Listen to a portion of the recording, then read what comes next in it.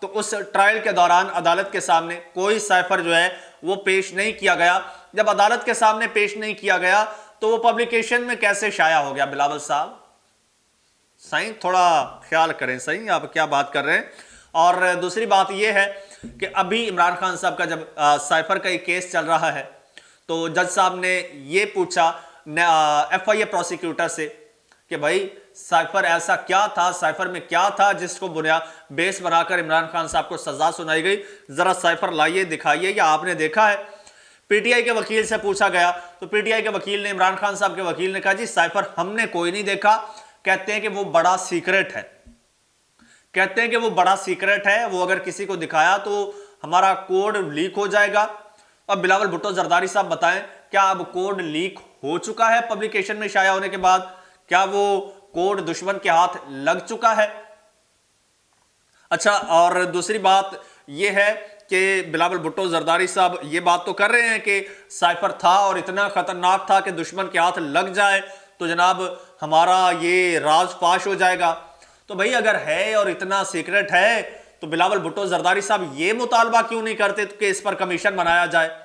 دودھ کا دودھ اور پانی کا پانی ہو جائے؟ عمران خان صاحب ڈے ون سے یہی بات کر رہے ہیں نا کہ اس پر ایک جوڈیشل کمیشن بنایا جائے تاکہ پتہ چلے کہ آخر پاکستان کو کیوں دھمکی لگائی گئی۔ اگین دوستو اس پر میں پہلے بھی بات کر چکا ہوں، ویسے عمران خان صاحب کی رہائی تو اس میں ہو جانی ہے، کوئی اتنی بڑی بات نہیں ہے، ایک نہیں تو دو نہیں تو 4 ہفتوں میں ہو ہی جائے گی ضمانت۔ لیکن سوال یہ ہے اگر یہ ایڈمٹ کر رہے ہیں کہ پاکستان میں سائفر آیا ہے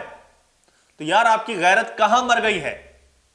آپ کے ملک کو للکارا گیا ہے، آپ کے ملک کو آرڈرز دیے گئے ہیں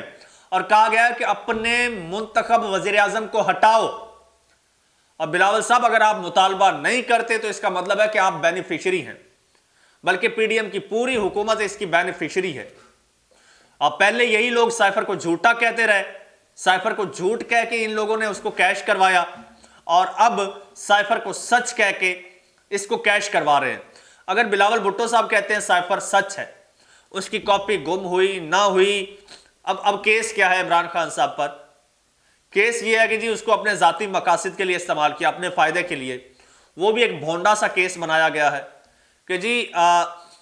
استعمال ایک دن پہلے کر لیا اور منصوبہ بندی ایک دن بعد میں ہوئی، یعنی کہ جو 28 مارچ کی میٹنگ میں منصوبہ بندی ہوئی ہے اور کیش 27 مارچ کے جلسے میں کروا لیا۔ تو یہ اتنے بھونڈے انداز میں یہ کیس بنایا گیا ہے، وہ تو خیر اڑ ہی جانا ہے، لیکن اس سے پہلے ذاتی مقاصد کے لیے استعمال کیا یا نہیں کیا، ویسے تو ہر شخص نے، چاہے وہ عمران خان صاحب ہوں، چاہے آپ لوگ ہوں، چاہے شہباز شریف صاحب ہوں، بلاول بھٹو زرداری صاحب ہوں، یا پھر کچھ اور قوتیں ہوں، ہر کسی نے اپنے اپنے فائدے کے لیے سائفر کو استعمال کیا، سب نے کیا، تو پھر تو سب کو سزا ہونی چاہیے، جس نے جتنا فائدہ اٹھایا سب کو سزا ہونی چاہیے۔ اب شہباز شریف صاحب اور بلاول صاحب جب حکومت میں آئے تھے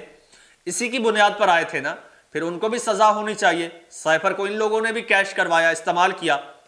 اب بلاول صاحب اگر کہہ رہے ہیں سچ ہے، پہلے انہوں نے کہا جھوٹ ہے، پھر ان کو بھی سزا ہونی چاہیے۔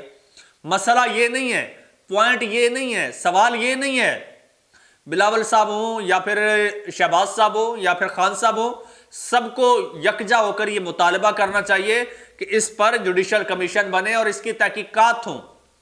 تاکہ پتہ چلے کہ سائفر تھا یا نہیں تھا تو اس میں کیا تھا۔ آپ کہتے ہیں جی ہمارا سیکرٹ لیک ہو جائے گا، سیکرٹ لیک ہو جائے گا، یہ بہانہ بنا کر اس کو دبا کر اپنے فائدے کے لیے استعمال کر رہے ہیں، تو ایسے نہیں چلے گا۔ اب ہر جگہ پر مطالبہ ہوگا، مطالبہ ہو رہا ہے،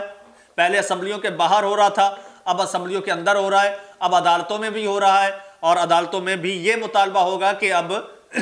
سائفر پر ایک کمیشن بننا چاہیے اور پتہ چلنا چاہیے کہ آخر سائفر میں تھا کیا۔ اور اگر سائفر کھل گیا دوستو، اگر اس پر کمیشن بن گیا تو ایسے ایسے چہرے بے نقاب ہوں گے نا، ایسے ایسے برج الٹیں گے کہ سوچ ہے آپ کی، کیونکہ اس سائفر کو کیش بہت سے لوگوں نے کروایا، بہت سو نے کیش کروایا، بہت سو نے فائدہ لیا ہے، سب دھر لیے جائیں گے اور سب ننگے ہو جائیں گے دوستو۔ لیکن ایسا ہونا نہیں ہے۔ کمنٹ سیکشن میں اپنی رائے دیجئے، چینل کو سبسکرائب کر لیجئے اور مجھے اجازت دیجئے۔